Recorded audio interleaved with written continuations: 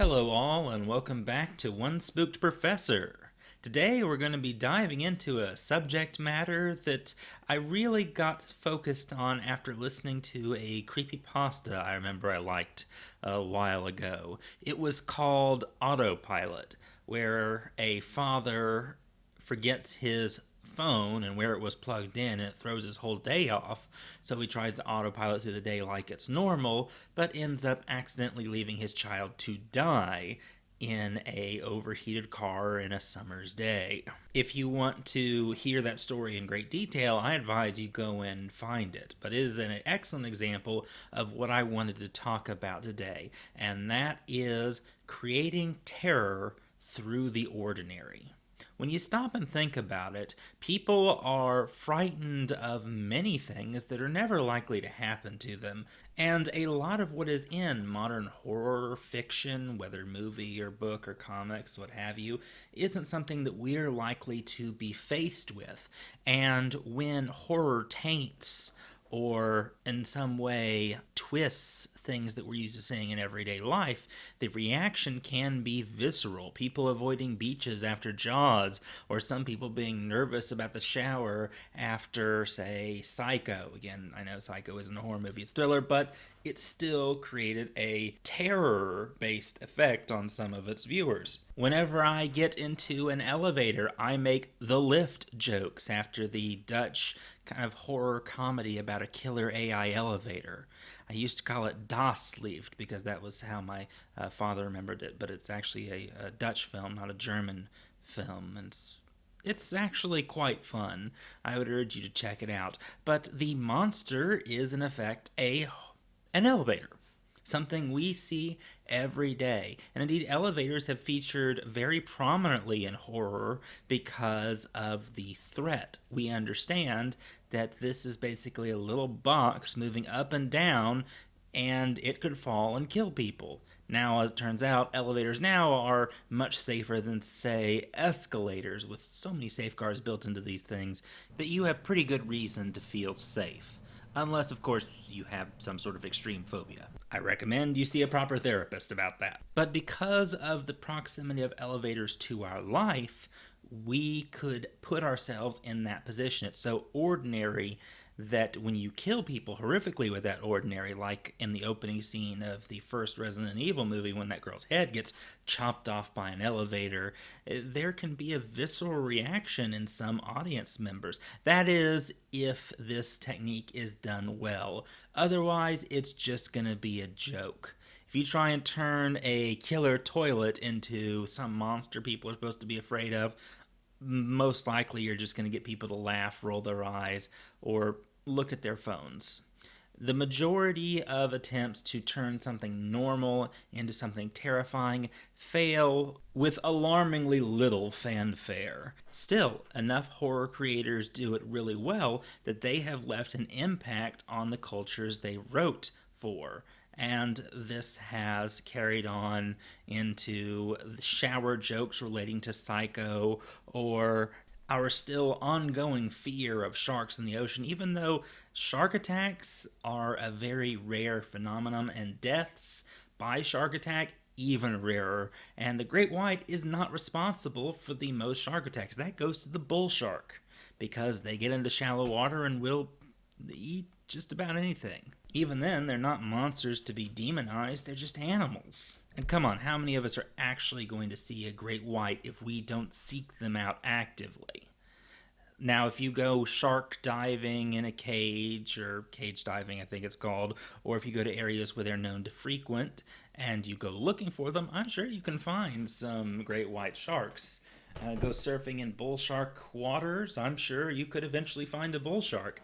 But even then, you're usually going to deal with a shark going, "Bite, what's that? Oh, not interested." And really, the majority of shark attacks are cases of mistaken identity, often in murky water or in circumstances that obscure what we are. So the paranoia Jaws caused is really, really out there, and the destruction of wildlife that came of it, tragic in the extreme. As for people scared of toilet monsters, I can't think of a single memorable toilet monster. But horror media can make us fear certain things. While there is an entire psychology behind why people might be uncomfortable around clowns, the current cultural fear of clowns is the result of media that played upon that psychological basis that makes some people uncomfortable around them and then blew it up to epic proportions. Same goes with dolls. Anytime I see dolls now, I'm just like, okay, this is not a good place. Poltergeist managed to make TV white noise rather scary in a certain way, and so on and so forth. There are ways to make everyday occurrences, items, or practices terrifying to us, and there are many tools to do so. And the reason this can become an effective thing for an author to do is proximity. People are most affected by the things that they relate to. And this is more an emotional phenomenon than a logical one, but horror is often built on emotions rather than rational fears, as we've just discussed. What am I saying? Fear is an emotion, and the reasons for us to have that reaction need not always be logical. You can train that response, and you can trigger it. So why not take advantage of that? The story I mentioned at the beginning of this podcast, Autopilot, talks about a phenomenon that we're all familiar with, that people tend to do things automatically once they're used to doing them. What's more, the phone of the main character is a central part of his life, his pattern of behavior, his habits. I know that I dislike how much my phone has become a key part of my life. Other people just go, yeah, my phone, I feel anxious without it. Either way, phones are something a lot of people in the United States, where the story is set, can relate to, and around the world. They're becoming more and more common outside the first world, and even that term first world is somewhat loaded. And when we go on autopilot, we tend to forget things. People who are used to driving home a certain way might get lost if they do it another, or miss something important, like, oh, it's supposed to run an errand. It's little forgetful things that we can all go, yeah, I've done that, or could see myself doing that, or, well, I know someone who does that all the time. So you've got the phone, you've got our pattern of behavior, and you've got a parent who is taking care of a child. Children who are vulnerable. And the story keeps dropping little descriptive details about how hot it is and describing things in an orderly pattern until the person messes up with his phone. The phone wasn't the place it was supposed to be, and his entire routine gets thrown off. So he autopilots to work instead, gets out, goes, wow, it's really hot out here, and goes to work, and then eventually comes in, wow, it's so hot it smells in here. Goes to daycare. Wait a minute, I don't remember this daycare entrance being closed. Apparently they had a break-in or something. Goes around back, goes, where's my daughter? Oh.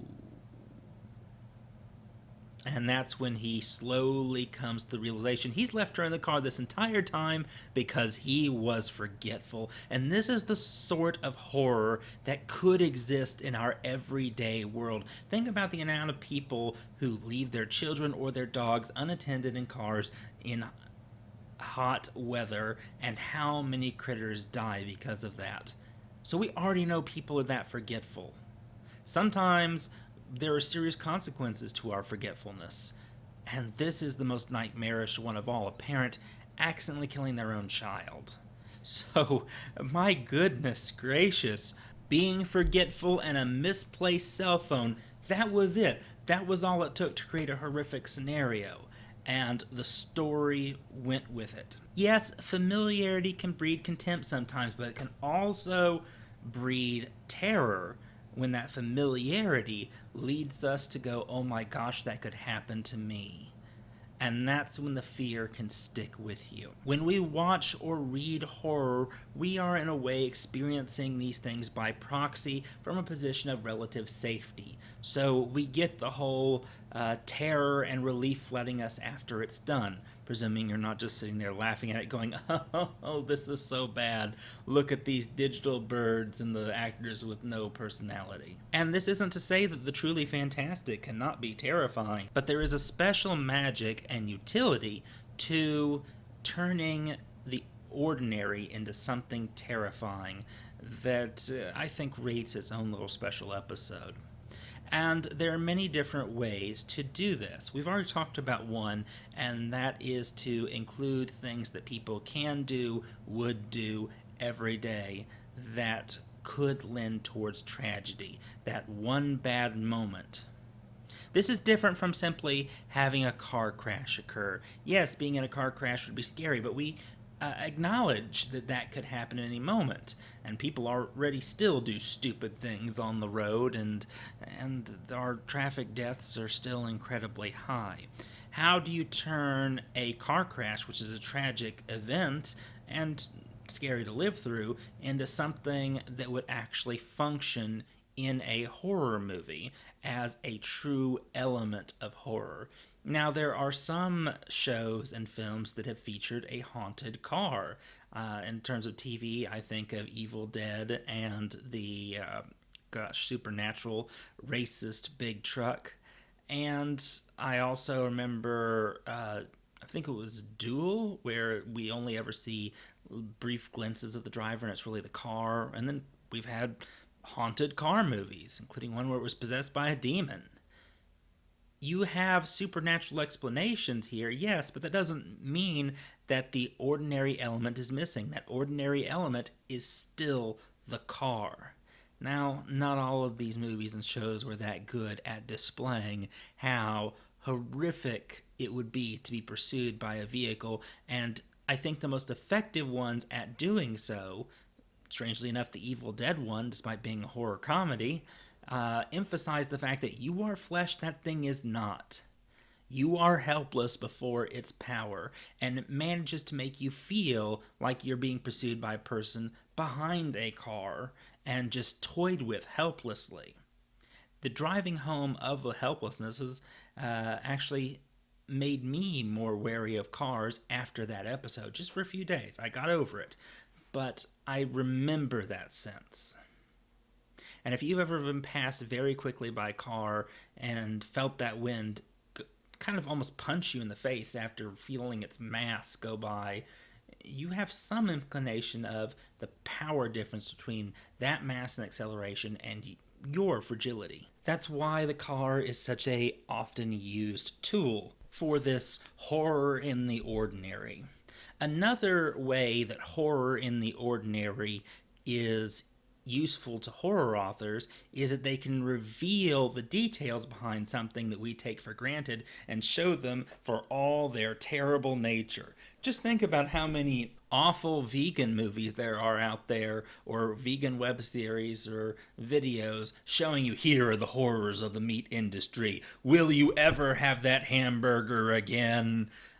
Yes, I've seen many of those, and I will admit, I still love meat. I get it. It's fairly unsettling the first or second time, but by now I'm kind of good with it, and I'm still going to eat a hamburger. But they're using fear to try and change your mind about meat, and in many cases, they're using real footage of animals being killed and your food being prepared in conditions that are not exactly all that sanitary. There are many things in life that, if you stop and think about them, are scarier than most people are willing to ponder all that much on while they eat their steaks. And you could use that as a source of horror in the ordinary in many different works. There's a fun little essay that I used to teach in class called Beyond the Formaldehyde Curtain that talks about the process that goes on in preparing dead bodies for funerals.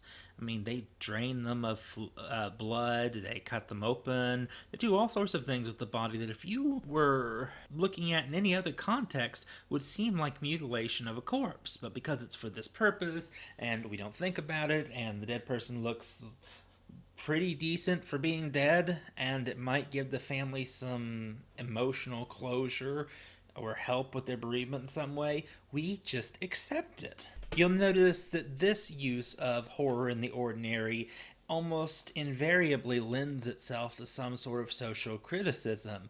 And this is excellent too, especially considering what horror in its inception was designed to do. So don't look at this as a bad thing. Though there are certainly movies and books that have made it a bad thing by taking the baseball bat of their message and beating the audience over the head with it when you're supposedly there to be watching a movie or reading a book or reading a comic or listening to a radio show. Yes, I get your message. Why don't you scare me with your show that'll inspire the message instead of just hitting me with it? But, not everyone's that subtle. And sometimes the messages tacked on to the horrific event or source of horror don't even link together. So, nah. Defamiliarization is a very useful tool for this sort of horror in the ordinary. Particularly because with defamiliarization, you're taking something the audience is very familiar with, and then you render it in such a manner, write it in such a manner, present it in such a way as that we look at it completely differently. Now, defamiliarization has been involved in many Russian formalist criticisms, modernism, postmodernism, all sorts of things. But the actual practice is much older than that. You've had philosophers in antiquity using the same techniques. So don't feel bad for using the techniques of the great. Just make sure you do it in a way that makes us see it in a manner we hadn't before. A lot of anti-bullying programs or rape prevention programs involve defamiliarizations as attempts to get you to see things you may take for granted in a different light.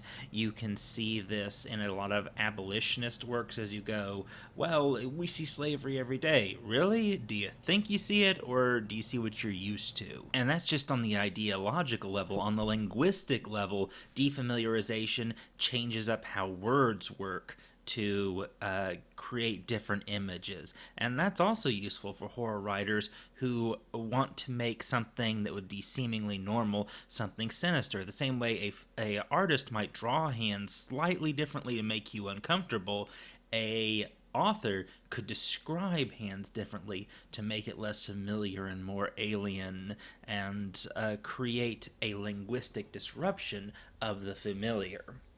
You can do things like this on a macro level, particularly in a solid allegory. At his best, Stephen King is capable of doing this very well. You can see this in Carrie, you can see it in Cujo, you can see it in Pet Sematary, and in some very twisted ways you can also see elements of this in It, particularly when the focus is on how sick the town of Derry is, not necessarily the monster. And you can also see this in some of Stephen King's short stories, ones that are often ignored in favor of his larger works. I find that in the short stories where he's required to be brief and get to the point is sometimes Stephen King at his best. And in many of Stephen King's works, the ordinary thing here that is so awful tends to come in the form of people. Yes, people are most often the source of horror in the ordinary. Just look at how people treat each other in everyday life. You want to look at things like how people might laugh at a male being molested in high school in front of everyone and no one helps him? You think about the fact that a cheerleader who was raped by the star football player could be ostracized because she could cost that high school the big game. So everyone turns on her. Both of these are cases of sexual abuse where the victim, due to circumstances, becomes even more victimized by the people who should be there to help prevent this sort of thing. And that's just rape. Look at how jobs treat their workers. Look at how quickly we turn on each other online without thinking about the consequences. Look at all the things that we do to each other in the everyday that could be horrifying. And this is the fodder for a lot of stories right here. Ordinary behavior, not extreme behaviors. Ordinary behaviors, things that we see every flippin' day, can become the source of horror. Not just those extreme events of the person being molested in front of everyone or the cheerleader being raped. Those are horrific, but they are events that, statistically speaking, don't occur to the same person every day. I hope to God it does not occur to the same person every day. To some people, if you read true crime, it has, and I am so sorry for those people. Oh my gosh. But on a larger scale, we still treat each other truly terribly in our daily interactions with each other, and to some degrees, mind numbingly bad. And goodness sakes, these are the sorts of things that can reach people when they're picking up a book, when they are watching a movie, or when they are listening to your radio show and they pick up on, I know that sort of person. That sort of behavior scares me. That sort of behavior hurts me. It makes me angry. Well, now they're invested. They are most certainly invested. But you've got to know how to use that. Stephen King's Misery is about drug addiction and an obsessed fan who also stands in for drug addiction. Two pretty ordinary things that go to an extreme level and become terrifying. And even in stories that are not really rooted in sense of realism or believability, can still make ordinary objects into something scary. If you watch The Village by M. Night Shyamalan, a movie that I largely don't like but still think has some phenomenal actors in it, there is a scene where the blind girl is I think she's lying on a field, and she doesn't realize that she has stumbled into an area surrounded by flowers that are the color that attract the creature. And while those of you who've seen the movie know that there is no real creature, in that moment I'm just like, oh no, those flowers, those frickin' flowers. The flowers were scary because of what they meant, because of their context. And really, all horror is built on context. So you can take a out of the ordinary situation to make the ordinary scary. After all, eating chili cheese dogs probably isn't going to be very uncomfortable for people who are okay with eating meat, unless of course the guy that's been selling those chili cheese dogs at the end of the road has been secretly a cannibal this whole time and has been feeding his customers parts of the human body he wasn't willing to eat mixed up in those chili cheese dogs. I mean, stranger things have happened in real life, and I believe this incident did occur, just not chili cheese dogs in specific. I think they were burgers. And apparently, we taste sort of like pork, just a little bit gamier. So I guess you could get away with that for a while. And I mean, really, who knows what is in ground meat, especially when you're getting it off the side of the road from someone who may or may not strictly enforce the Food and Drug Administration's policies. Similarly, distorting the ordinary often creates an atmospheric effect of terror, or at the very least underlying discomfort, that in some way can be used to enhance horror or be a source of horror in and of itself. Let's look at The Mist. We're using a lot of Stephen King here today. The Mist, even before you add in the monsters, limits our visibility to a great deal, trapping these people inside of a store. The store is the ordinary. And once the mist traps you in there, you already begin to see people freaking out and getting uncomfortable. And that's before they even sit there and go, oh my God, there are monsters in the mist. Once you've got the monsters in there and the extraordinary has you trapped within the ordinary and may invade the ordinary is no longer a source of safety, it's a prison. Indeed, some could argue in The Mist that you're actually trapped in there with the real monsters. And distortions of the ordinary are their own sort of horror as well. Similarly, we tend to react badly when ordinary or normal features are distorted, like someone's arms are too long, their face has something that's gone uncanny valley and not in a comical way.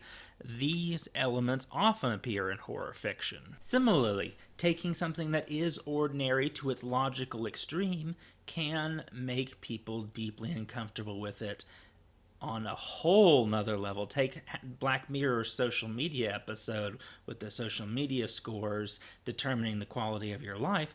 Already social media seems to have that level of power.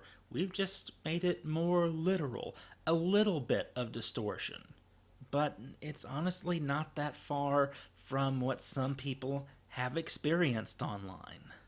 And what that makes us do and how it makes us behave is not all that different from reality. Black Mirror, I would have to say, is really good at creating horror out of science. And science is rooted in the ordinary. We've got so many things that may be possible in the next few years, certainly in the next few decades, and even now are experimenting with or seeing come into everyday use that are room for terror. You could have full on iRobot level killings with simple cars that you don't have to drive yourself. You could do many things to people if you could, say, remotely affect someone's pacemaker. By the way, they do make pacemakers that can be started by someone not present. There are so many things we can do with the ordinary and with technology that people don't often think about. And by making them think about it and making them look at what could be ordinary in their lives in a new light, you don't even necessarily have to distort it all that much. But distortions in particular can make us look at something in a whole new way. What sorts of things in our life that are ordinary are the most likely to create this sort of reaction? Because there are certain things that are really unlikely to. You could have someone drown people in little pewter pins, but I doubt you're going to make the pewter pin the next horror icon, no matter how hard you try. As I mentioned earlier with killer toilets, good luck with that. I mean, a toilet sprouting teeth and trying to swallow me, I don't know how you're going to make that not silly in a movie. And certainly, even in a book, we're just imagining it. We're probably going to go all over the place. And while yes, that would probably be terrible in real life, we wouldn't be caring about the special effects or the way he phrased it. I don't think it would work all that well. However, the toilet can be a source of horror. Just look at the movie Arachnophobia, where a guy sits down in the toilet and there's one of those spiders right there on the back portion, and we're just like, oh God, no. Oh God, no. At the same time, there's a spider also trying to get to his daughter who's in the shower. In both of these situations, we find our characters doing something ordinary. But the fear is because they are vulnerable. We recognize things that go on in the bathroom as being us at our most vulnerable. When we sit our asses down in the toilet, unless you're paranoid like me, you're probably not looking for snakes that swim up from the drain or spiders or things like that. We just plop on down and we expect it to all go according to plan. But when you're like that and something, say, comes after your bum, maybe there's a brown recluse that comes up for your ass and you don't see it till it's too late. Oh, that's something that could realistically happen. And not even counting Psycho, think about the number of shower scenes in movies. Because you have got fogged up mirrors, which prevent us from being able to see in them. If there's glass, often that will fog up too, or have water run down it, obscuring vision, making us more vulnerable to anyone coming up upon us. We are naked, so we are not very well defended. I don't know of too many people, even in the South, who actually bathe with their guns. You could have soap in your eyes, and there are many cases where you might need to close your eyes to prevent the water from getting in.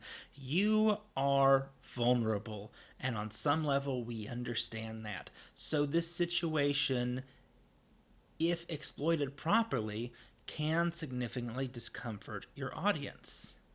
I mean, could you even hear someone creeping up on you with that water running everywhere? Showers are not quiet. And back to that toilet for a moment, look at some of the things that have been living in them or have come out of them in real life. Just think about that for a few minutes. No, no, no, no, no. Places, objects, activities that imply some form of vulnerability are great sources of terror.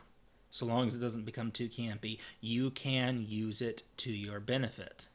And if you want to go with the camp, you can actually make us feel more secured about it by making the whole idea seem silly. By all means, do so if that is your goal. We actually conceptualize this whole vulnerability thing as children. When we're going to bed, we recognize, hey, we're vulnerable here. This is where all those monster under bed and monster in the closet things come from. They're places that you aren't necessarily always able to look at. There's some darkness there to hide a monster, and something could come out while you're vulnerable. Those things are ordinary.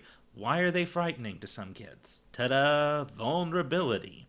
So consider vulnerability and where we're vulnerable to be a tool for you. And you could find this even in moments in the film or a book that are not ordinary, but have enough of a relationship to ordinary things that they can really mess us up. I believe it was Ready or Not that had a scene where a girl is trying to climb out of a basement she fell into, and she reaches up without being able to see what's going on and catches her finger on a nail. Or, sorry, not a finger, her whole hand on a nail. And just like, oh! But such a thing is so ordinary, and people reach blindly, that we are able to empathize with that pain, despite the fact that the rest of her circumstances, like in-laws trying to hunt her down for some evil demonic ritual, aren't something that most of us deal with every Tuesday. Could a nail sticking out be something that all of us are vulnerable to, especially if we're climbing something or not looking? Oh, heck yes. People also like to see things in a certain context. And I'm not just referring to people who have obsessive compulsive disorder. And I mean the actual disorder, not someone who goes, I'm OCD, and has never been diagnosed with it, and just likes to straighten, say, one chair. No, there is a sense of safety in things going the way they're supposed to, and things being in the place they're supposed to be. And if they're not like that, it means something changed it. Could you imagine what in your house could disappear that would make you start to get nervous? Or what certain thing that your friend always does that they could just stop doing that will really freak you out? And I've noticed this even just by driving down the road or going on campus to deliver notes during COVID. Even though I've got my mask on and I'm all set up, I noticed that there's just not a lot of people in a place where there are almost always people. And that got a little spooky. I remember doing so on a slightly foggy day, and I'm going, well, I'm not that far from Silent Hill, am I? And Silent Hill actually uses a lot of horror in the ordinary before it starts to get extraordinary. An abandoned town full of fog? The very lack of activity there alone can be more uncomfortable than the monsters. And this is a good example of horror in the ordinary being a good stepping stone for other forms of horror. You can use horror in the ordinary to set up a demonic possession story, or an alien story, or all these other sorts of things. That's fine. And similarly, these more fantastic stories could be embodied by something ordinary, like in that whole evil AI elevator or demon-possessed car. Horror in the ordinary is not really its own genre, it's just a tool at your disposal, and by all means, use it well. We are sensitive to things not being where we put them, or not going the way they're supposed to, because that often signals danger to an animal. Wait, my routine has been violated? Gosh, what am I gonna do? So anything that you establish as normal that you disrupt can create a sense of unease, if not outright terror, depending on the stakes of that thing. Say your 6-year-old always takes out the crayons and lays them all over the floor, and every day you come in and go, damn it, Kelly, will you please not do that? Hopefully you're not saying damn it to your kid. And you always have to pick them up. You're so used to it that one day you come in and the box of crayons are sitting on the table and they're not spilled everywhere. This should make people a little bit nervous. I mean, some people might go, oh, they finally learned. But if nothing else significant changed and you expect those crayons to be on the floor and your child to not be picking them up like normal, The very fact that this moment is not normal could set people's alarm bells off. And this is a key element to other forms of horror, particularly when you're building up to something like a reveal, a jump scare, or something else like that. Or these can be significant moments that set up something else, or are really the source of the terror in general.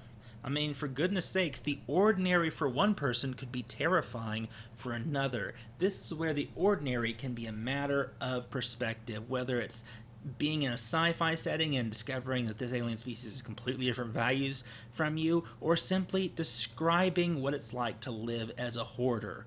You just watch some people watch hoarders, and they will freak out more than if you made them watch Poltergeist. Another important thing to watch out for if you are seeking to make horror out of the ordinary is consider how certain things could become dangerous. Can a pencil become dangerous? Yes, let the Joker show you a magic trick. That'll show you exactly how it can become dangerous. But the pencil seems rather limited in the fact that it's primarily going to be a stabbing device, so unless you can find some unique way to make that stabbing device scarier than some other stabbing device, why work with the pencil specifically? Unless that is somehow related to its core, what you're trying to criticize, or it's of some significant value. What could make a sink scary? Well, it's very hard to drown in that thing, for one, but the garbage disposal is there. Something could come up from that sink. You could get terribly disgusting water in it. Ooh, there's chemicals under the sink. There are often windows over the sink. Can you imagine washing your dishes and then just looking up at that little window and seeing something that you shouldn't see, like a face or anything else? Just like, bam! Oh, no. So we are using an ordinary item in practice in some way to scare people. Okay, so you're using the ordinary for some tool, even if it's just a distraction. But if you want to make that thing scary, you've got to think about how. Take that series of movies where death is out to kill people because they escaped their fate. I think it was Final Destination. The movie gets you to pay attention to certain objects. I can't remember which one the gymnast scene is in, but that one is fascinating, particularly in how it diverts your attention and plays with it. I mean, at first, you have the air conditioning kick on, and death is usually accompanied by the wind in the series, so you already know something's up. You have the water droplets, you have the tack out of place, you have all these little things that hold our attention, and we're just waiting for them to go wrong. We know what's going to happen, and there's a bit of diversion here even as it sets up the kill, as the thumbtack isn't necessarily what really starts this off, as we're kind of led to believe by the camera's fixation on it. And the same thing could occur with that pencil. If there's a crazy person in the room and they keep violently doing things and we know they're violent, and the camera keeps moving to that pencil dangerously close to their hand, suddenly that pencil is dangerous because of the context of that person right next to it. And that's just like, oh. And if the kid who usually sets out the crowns is in a chair held hostage by that person with the pencil nearby, suddenly we're putting two and two together, and the camera goes from that pencil to the kid to the crazy person, and it's just like, oh, I see where this is going. And even if that's not where it's going, the suspense that this creates, that builds up into a sort of fear of what could happen, is useful to you, especially if you plan to subvert it for a completely different scare that in some ways is still built up. Like, what about the fact that in looking at that pencil, the obvious implement of danger, there's something else on the table beside it. So the focus on that pencil diverts you from what else is there, but it's also setting it up for you to know that it is there. Like, say, a glass of whiskey. That seems less dangerous than the pencil at first, but if the person takes the glass, smashes it, and then jams it in the kid's ear, ooh, okay. Still got that burst of energy, we still got that scare, it just diverted us as to what was going to happen, and sometimes that preparation for the pencil scare might make us more vulnerable to the other kind of scare. The possibilities here are endless. So, thankfully, there's a lot more room for horror writers to have fun with. Just look at all the fun things you could do with a pressure cooker if you did not follow those safety instructions. By the way, follow the safety instructions in real life. Things going bad, we want to stay in stories, not real life. But if you're writing a story where something goes bad, think of all the things that can go bad that you can use. Where are all the places you could store a body in this house? You can tell different stories with each of those answers. What are all the things you could use to kill, hurt, maim, or slowly kill someone depending on your motives? Each of those is a potential source of horror. What are all the things that a ghost could mess with? Hopefully without being ridiculous, unless you want it to be ridiculous. And if you want to go horror comedy, you've got some golden material in a house. Could you imagine ghosts throwing condoms at a girl who just got pregnant out of wedlock? Just kind of like, come on! Or whatever you want to say. Just have a sense of creativity with it. I threw out one of the most obvious options. There's so many things in here that I could do a funny scene with, and so many things that I could do a horrible scene with. And by horrible, I hopefully mean horrifying, but it might just be horrible in general. I remember a story about a poltergeist that could only attack the person it was going after through electronic things. It was really more of a revenant than a poltergeist because it was a ghost seeking revenge. But since this guy was a gamer, it meant the very things that he loved to play with would try and kill him. So it made the game console utterly terrifying for him. I don't think the story, it was a Strange Matter story, really was all that scary, but it was an interesting concept that I think someone could have played with. You could look at even how birds flocking outside in Hitchcock's The Birds got uncomfortable. Yes, with the knowledge of the tides, you could figure out when they might or might not attack. But when there's like one bird out there and then it's 4, the next time you look over, then it's 20, you see that shift in the normal that it's going to prelude something truly horrifying. And birds could do damage to you. I mean, a lot of us don't pause to think about it, but they are in many ways physically capable of doing damage to us. Even the small ones, if they dive bombed you with enough speed and were heedless of their own well-being, could do some damage. So there is room to turn them into something scary, but their instinctive behaviors preserve them. Why would a bird 1/10 your size, and that's a really big bird, bother to attack you? Unless it were, say, defending a nest. Certainly, why would it kamikaze itself onto you and tear at you with a beak that would usually use to eat at salmon? And if that beak could hurt salmon, it could probably hurt you. Add on top of that the things that we see as normal suddenly become very uncomfortable. Like, there's some birds on a power line. If the birds are trying to kill you, oh my gosh, that's some birds on the power line. There's like 20 of them out there. We're in some serious trouble. Either way, the ordinary provides grounding, it provides a sense of relatability, depending on your culture and location and what's in the story, and it can provide a source of societal criticism, a source of message for your work. And you could also think about ordinary in the sense of time period. What's ordinary to us wouldn't necessarily be ordinary to someone else. And there's a lot of horror that can come from the past. I dare you to look at the sorts of things that Victorian age houses in England had, from the paint they used to all sorts of poisons that they had in daily products. It's a nightmare. Those houses were death traps. And I can't even begin to tell you how many things that are terrifying in, say, political practices, traditional religious practices, or even little behaviors kids do that someone might look at and go, that's weird, or that's terrifying, or could be twisted in such a way as to become terrifying. This is the inexhaustible river of ideas, and I urge you to consider using the ordinary as a source of horror in your works, and look at where people do it well or when they do it badly. And I really just intended this episode as a sort of mishmash of ideas regarding that. Anyway, I should be coming out with more to follow soon. I'm trying to stabilize how much content I come up with. I hope you take care. Be well.